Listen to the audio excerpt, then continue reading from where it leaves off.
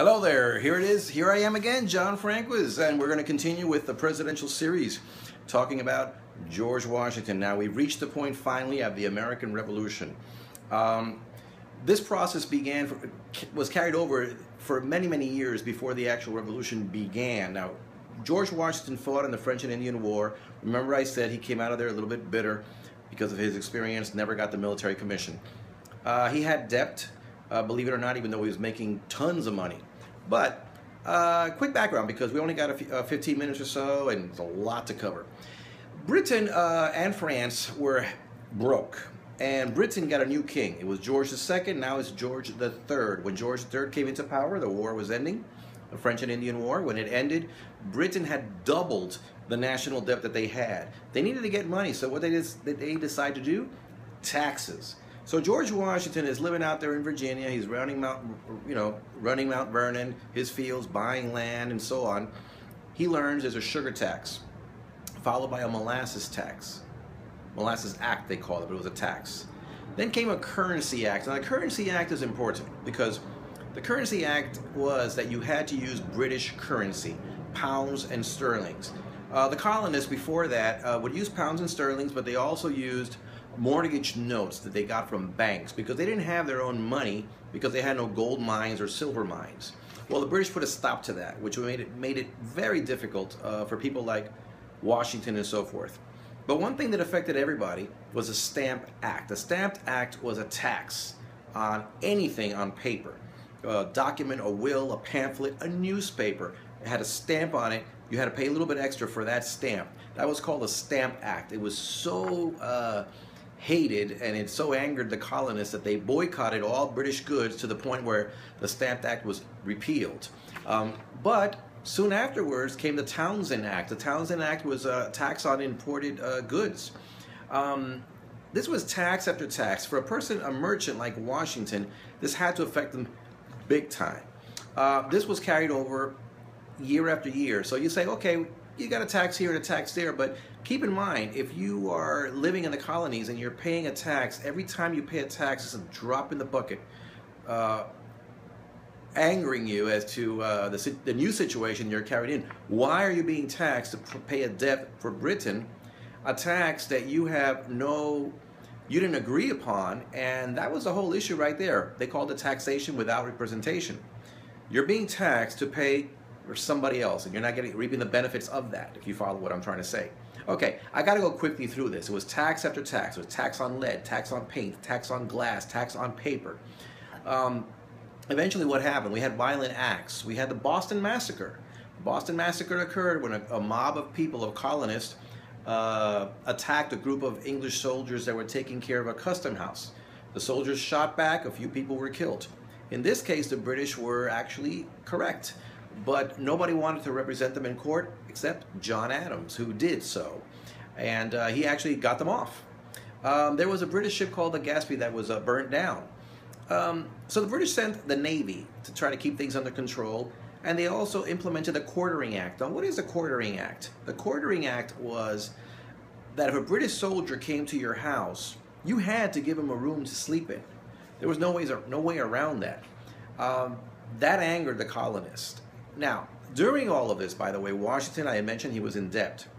Ironically, sadly, his stepdaughter, she was 13 years old, died of they called her Patsy, she died of epilepsy. But by some kind of law or somehow, Washington was entitled to half of her inheritance. And with that, he paid off his British debt. So financially, it worked out for him. But anyway, going back to the American Revolution, sometime after that, Boston Tea Party. The Boston Tea Party was a tax on tea. But Britain tried to pull a fast one. They wanted to help the East India Company have a monopoly. They were the only ones that would be able to sell tea. They sold the tea real cheap, put a tax on it, so it wouldn't hurt that much when you bought the tea. The colonists didn't like the idea. They felt that with time, they would raise the price of tea. A tax is a tax, so what did they do? They boarded one of the British ships on the Boston Harbor, threw all of the tea into the ocean, and in today's dollars, that would be about $200,000 of lost tea. What happened afterwards? Well, the British closed down the harbor, and Now the colonists, years have gone by the way, and now we're in the 1770s. The colonists decided to all get together. So every colony sent representatives, except for Georgia. And George Washington was chosen to go represent Virginia. He went there with the other representatives of Virginia, John Adams, Samuel Adams, Thomas Jefferson, and others. And in that meeting, George Washington noticed that the colonists representatives were not united. Some wanted to separate from England. Some wanted to continue with England. Some wanted to separate from England but kind of keep their colonial rights. They were not united, but they had to show a united front. So a few things they did agree on. They would boycott British goods.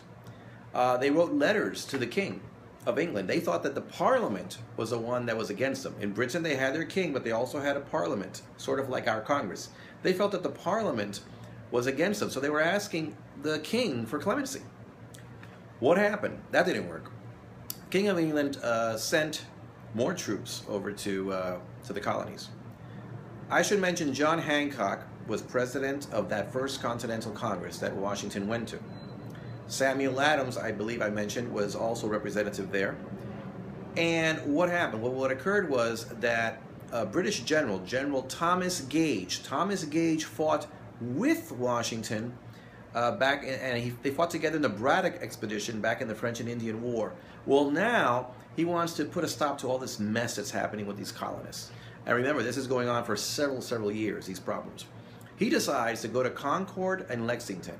When he got to Lexington, he would arrest John Hancock and Samuel Adams, and in Concord, he would capture the munitions supply house, take those weapons away from them.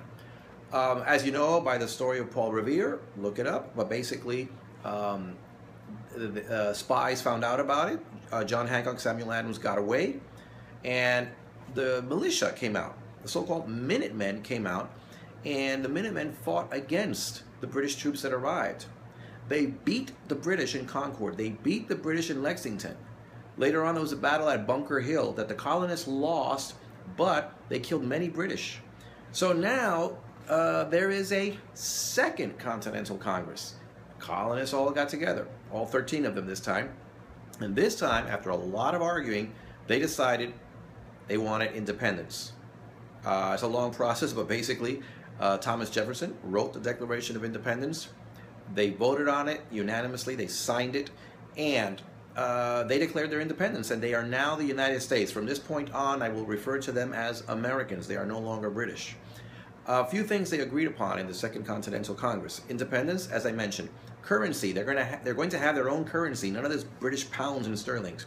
Because they're a new nation, they're going to send delegates to other countries, not only to ask for help, but also to have trade agreements with these other nations, because they are a new nation and they have to be represented. And John Adams from Virginia came forward and he says, we need an army.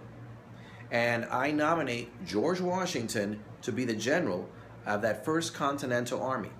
George Washington stood up, all 6 feet 2 inches of him, and he humbly accepted.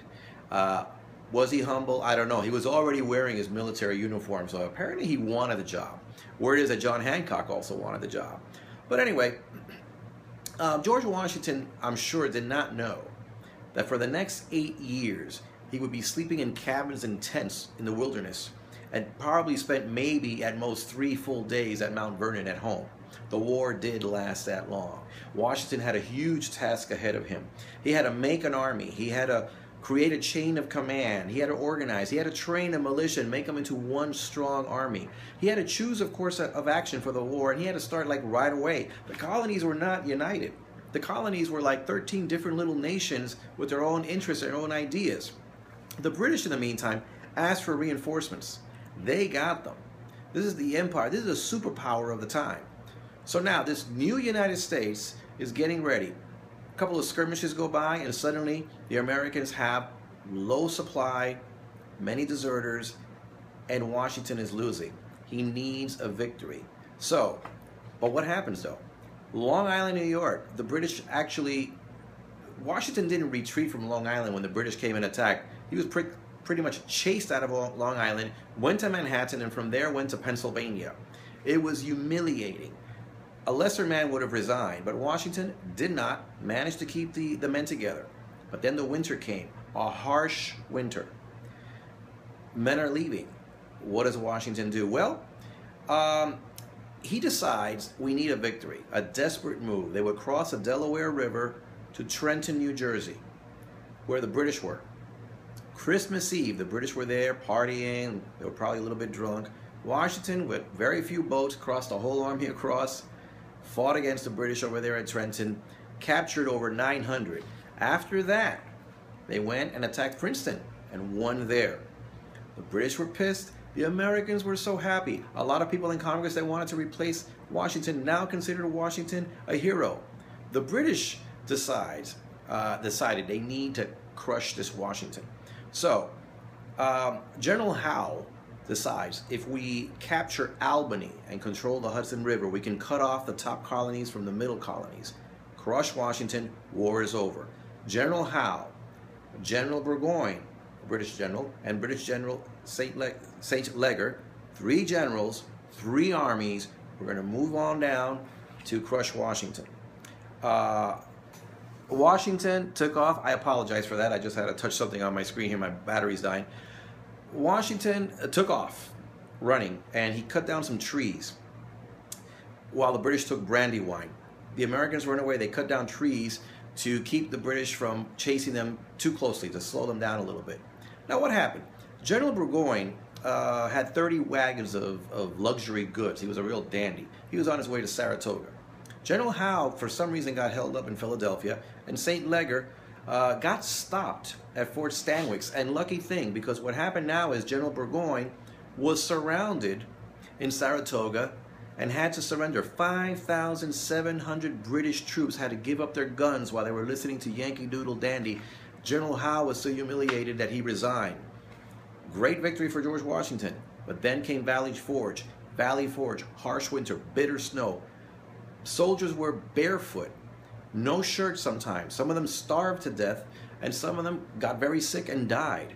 Washington mentioned bloody footprints in the snow. In the meantime, Congress is telling Washington, go out and fight. Washington is saying, my men don't even have shoes. He's begging for supplies. He needs help. In the meantime, he got a couple of young men came aboard. Alexander Hamilton, you'll find him on your $10 bill, and Marquis de Lafayette, French nobleman who came over to volunteer. Young men admired Washington greatly. What Washington did not know, that after the Battle of Saratoga that he won, Benjamin Franklin in France managed to convince the French to help. The French would send troops, they would send money, and they would send equipment. Washington was so happy that he had a couple of soldiers that were going to be executed, and he pardoned them. Okay, so there were a lot of skirmishes and battles, naval battles. The British, however, won major victories in Savannah, Georgia, and Charleston, South Carolina. Big defeats, humiliating defeats. They later took Camden. Now, however, Yorktown. In Yorktown, Lafayette was now, that was the French nobleman I mentioned, helping Washington. He led an army, and he was in Yorktown. And the British general, new British General Cornwallis, was in the peninsula. And he was kind of like trapped there. He was waiting for the British ships to come. But then Washington, who was going to New York, decides to come back because he learns that a French Navy is on the way over to help Lafayette. Washington figured, if I can get back in time, I can help Lafayette. If the French Navy arrives in time, we have him surrounded. He rushes back. He's worried the French Navy won't get there in time, but they did. Washington helps Lafayette. They bombard Cornwallis. Cornwallis is blocked by the sea by the French Navy, surrenders. The war actually officially ended a couple of years later, but pretty much Yorktown wrapped it up. That was the beginning of the end.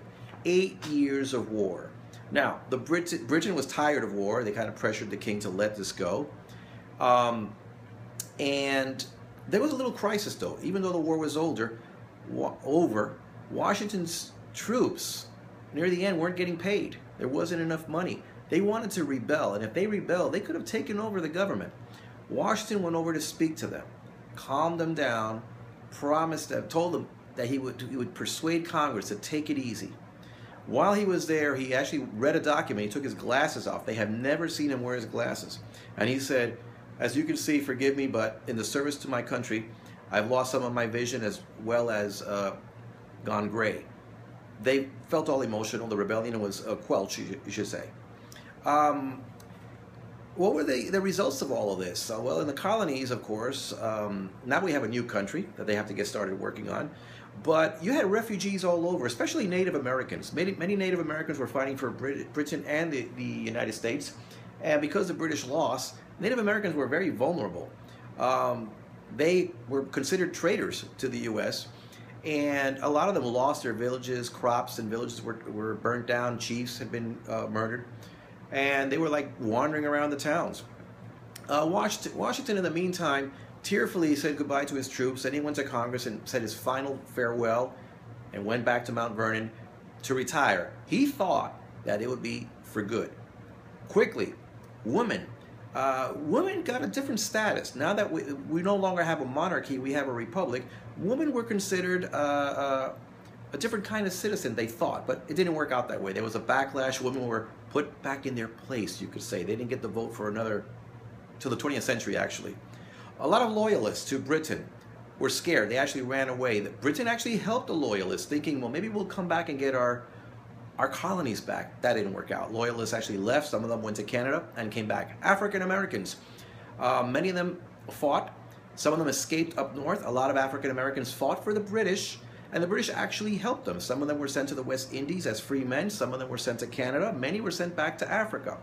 I mentioned the Native Americans, and this American Revolution caused a wave of revolutions. There were French revolutions, English Civil War, Haitian Revolution, Latin American independence wars, Irish rebellions, Dutch revolts. All this happened. A wave of revolt and independence that came after the American Revolution. But in the meantime, George Washington had retired and gone to Mount Vernon, and he thought that he would retire for good. But history had other plans. But that's coming up in my next video. In the meantime, this is John Franquis. Comment below, or better yet, subscribe. Thank you very much.